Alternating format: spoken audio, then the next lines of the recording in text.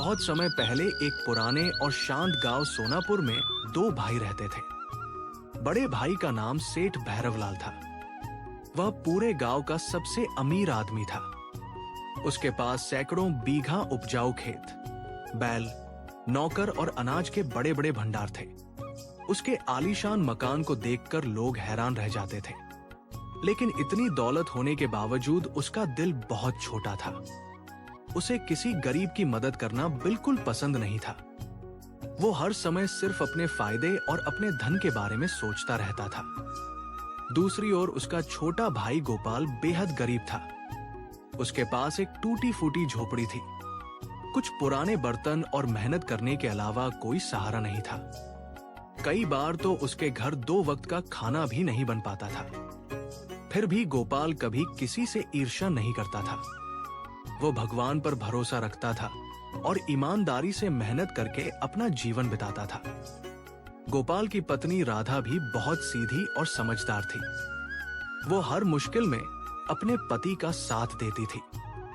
एक दिन सुबह राधा ने घर में रखा आटे का डिब्बा देखा। उसमें बस मुट्ठी भर आटा बचा था। राधा उदास होकर बोली, सुनो जी, घर में बस मुट्ठी भर आटा बचा है। आज इसके बाद खाने के लिए कुछ भी नहीं रहेगा। गोपाल मुस्कुराया और बोला, चिंता मत करो राधा, मैं जंगल जाकर लकड़ियां काट कर लाऊंगा। उन्हें बेचकर कुछ आटा और दाल ले आऊंगा। भगवान जरूर हमारी मदद करेंगे। राधा ने भगवान का नाम लिया और गोपाल जंगल की ओर निकल पड़ा। उसी समय गांव में सेठ भैरवलाल के घर बड़ी दावत की तैयारी चल रही थी। बड़े बड़े कड़ाहों में स्वादिष्ट पकवान बन रहे थे। घी की खुशबू पूरे गांव में फैल रही थी। दूर दूर से मेहमान उसके घर आ रहे थे। वह खुशबू गोपाल की झोपड़ी तक भी पहुंच गई। राधा ने आप भरते हुए कहा, देखिए, आपके भाई के घर कितनी खुशियां हैं। गोपाल मुस्कुराकर बोला, दूसरों की खुशी देखकर दुखी नहीं होना चाहिए। भगवान ने जो दिया है उसी में खुश रहना चाहिए। लेकिन भूख से परेशान होकर गोपाल ने सोचा कि अगर भाई थोड़ा सा आटा दे दे तो आज का दिन निकल जाएगा। वो सेठ भैरवलाल के घर पहुंचा। वहां तरह तरह के पकवान बन रहे थे। नौकर मेहमानों की सेवा में लगे थे। गोपाल ने हाथ जोड़कर कहा, भैया, अगर थोड़ा सा आटा मिल जाए तो बड़ी कृपा होगी। मैं मेहनत करके जल्द ही लौटा दूंगा। सेठ भैरवलाल ने गुस्से से उसकी ओर देखा। तुम्हें शर्म नहीं आती? हर बार मांगने चले आते हो। मेरे यहाँ कोई खैरात नहीं बन रही। गोपाल ने फिर विनती की, भैया, मैं भीख नहीं मांग रहा, बस थोड़ा सा उधार दे दीजिए। लेकिन सेठ भैरवलाल ने नौकरों से कहा, इसे तुरंत यहाँ से बाहर निकाल दो। नौकरों ने गोपाल को धक्का देकर बाहर कर दिया। गोपाल की आंखों में आंसू आ गए, लेकिन उसने अपने भाई के लिए एक भी बुरा शब्द नहीं कहा। वह चुपचाप गांव से निकलकर जंगल की ओर चल पड़ा। जंगल में चारों ओर हरियाली थी। पक्षियों की आवाजें गूंज रही थी। गोपाल लकड़ियां काट ही रहा था कि तभी उसकी नजर एक बूढ़े बाबा पर पड़ी। बाबा के सिर पर लकड़ियों का बहुत भारी गट्ठर था और वो उसे संभाल नहीं पा रहे थे।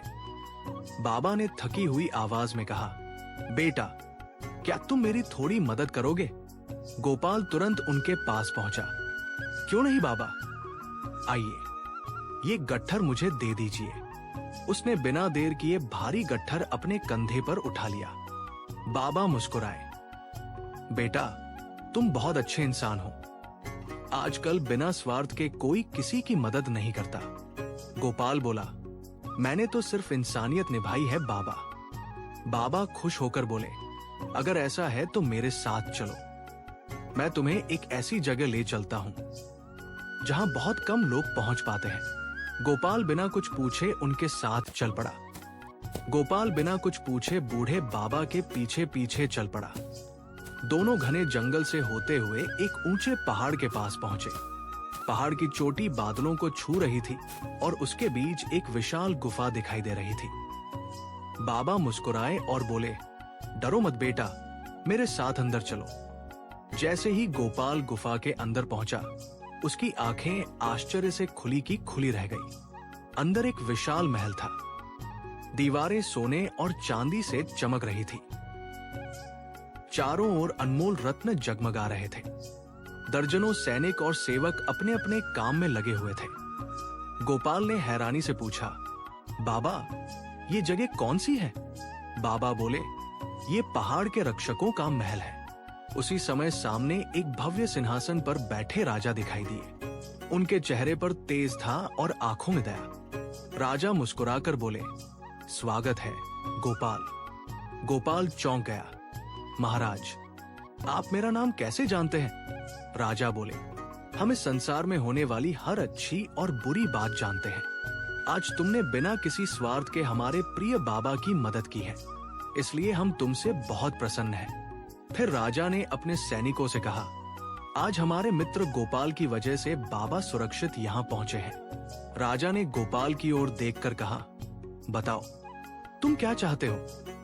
सोना, चांदी, हीरे, मोती, जो चाहो मांग लो। गोपाल सोच में पड़ गया। तभी बूढ़े बाबा उसके पास आए और धीरे से उसके कान में बोले, सोना मत मांगना। उस कोने में जो पुरानी चक्की रखी है वही मांग लेना। गोपाल को कुछ समझ नहीं आया, लेकिन उसे बाबा पर पूरा विश्वास था। उसने राजा से कहा, महाराज, अगर आप सचमुच मुझे कुछ देना चाहते हैं तो मुझे वो पुरानी चक्की दे दीजिए। राजा मुस्कुराए, इतना खजाना छोड़कर तुमने एक पुरानी चक्की चुनी है, लगता है तुम्हारे मन में लालच नहीं है। राजा ने तुरंत वह चक्की गोपाल को दे दी। महल से बाहर आने के बाद गोपाल ने बाबा से पूछा, बाबा, इस साधारण सी चक्की में ऐसा क्या खास है? बाबा मुस्कुराए और बोले, ये कोई साधारण चक्की नहीं है, ये एक जादुई चक्की है। तुम इससे जो भी मांगोगे ये तुम्हें वही देगी। गोपाल की खुशी का ठिकाना नहीं रहा। सच बाबा? हाँ बेटा, लेकिन इसका सही उपयोग करना।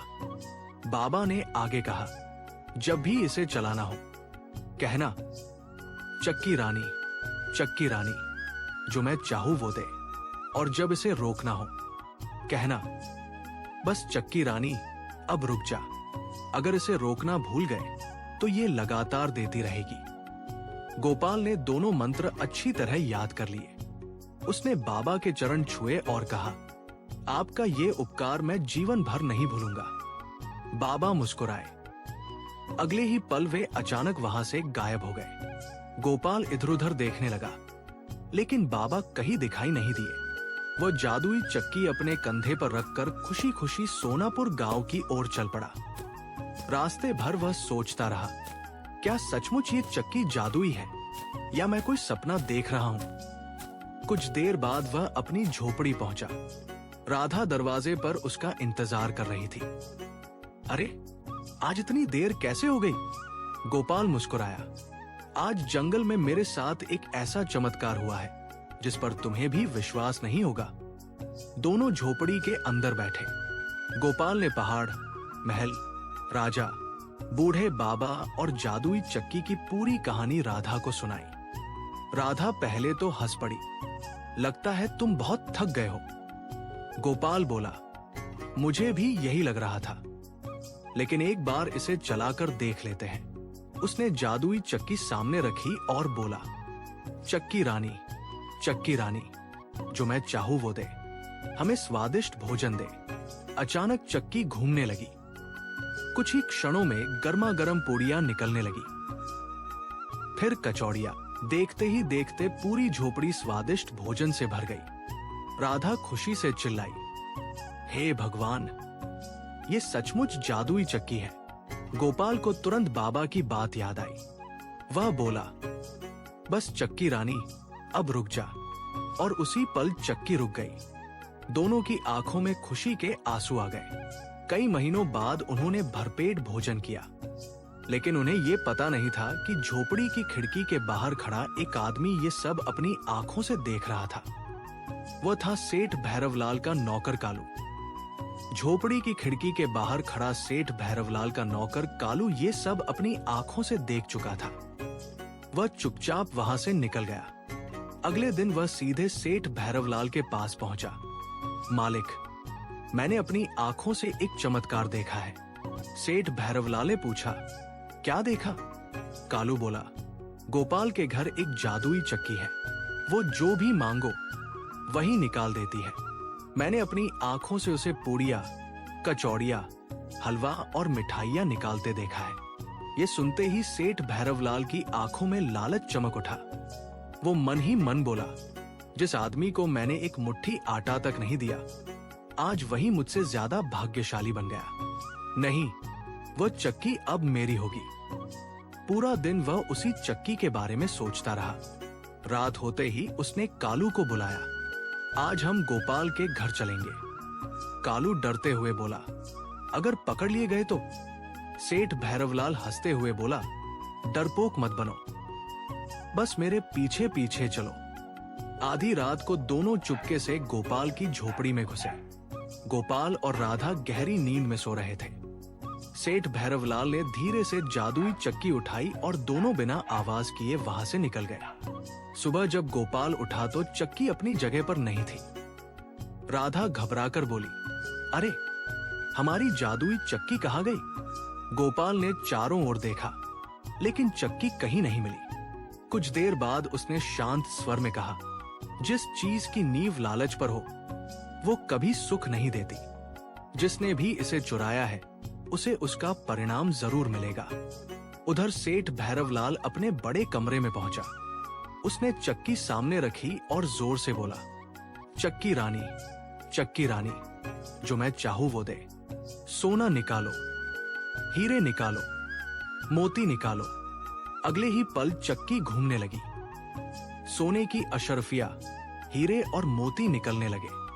पूरा कमरा धन दौलत से भर गया। सेठ भैरवलाल खुशी से पागल हो गया। लेकिन उसका लालच यही नहीं रुका। उसने सोचा, अगर मैं इस चक्की को विदेश ले जाऊं तो पूरी दुनिया का सबसे अमीर आदमी बन जाऊंगा। उसने कालू के साथ एक बड़ा जहाज खरीदा और समुद्र की ओर निकल पड़ा। कई घंटे बाद जहाज समुद्र के बीच पहुंच गया। चारों ओर सिर्फ पानी ही पानी था। तभी कालू बोला, मालिक, खाने का नमक खत्म हो गया है। सेठ भैरवलाल हंसते हुए बोला, इतनी सी बात, अभी नमक निकाल देता हूं। उसने चक्की जहाज के बीच में रखी और कहा, चक्की रानी, जो मैं चाहूं वो दे, हमें नमक दे। अगले ही पल चक्की से सफेद नमक निकलना शुरू हो गया। पहले थोड़ा, फिर एक बोरी, फिर कई बोरियां, फिर नमक का पहाड़ बनने लगा। कालू घबराकर चिल्लाया, मालिक, इसे जल्दी बंद कर दीजिए। सेठ भैरवलाल घबरा गया। उसे याद ही नहीं था कि चक्की को रोकने का मंत्र क्या था। नमक लगातार निकलता रहा। पूरा जहाज नमक से भर गया। जहाज का संतुलन बिगड़ने लगा। बिजली चमकने लगी। समुद्र में ऊंची ऊंची लहरें उठने लगी। अचानक एक विशाल लहर जहाज से टकराई। जहाज डगमगाया और देखते ही देखते समुद्र में डूब गया। सेठ भैरवलाल, कालू और जादुई चक्की सब समुद्र की गहराइयों में चले गए। लेकिन जादुई चक्की रुकी नहीं। वह समुद्र की तलहटी में भी लगातार नमक पीसती रही। लोग कहते हैं कि आज भी वही जादुई चक्की समुद्र के अंदर लगातार नमक पीस रही है। इसी कारण समुद्र का पानी खारा है। शिक्षा, लालच इंसान का सबसे बड़ा दुश्मन है। जो दूसरों का बुरा चाहता है उसका अंत कभी अच्छा नहीं होता। वहीं ईमानदारी, दया और संतोष का फल हमेशा सुख और सम्मान के रूप में मिलता है।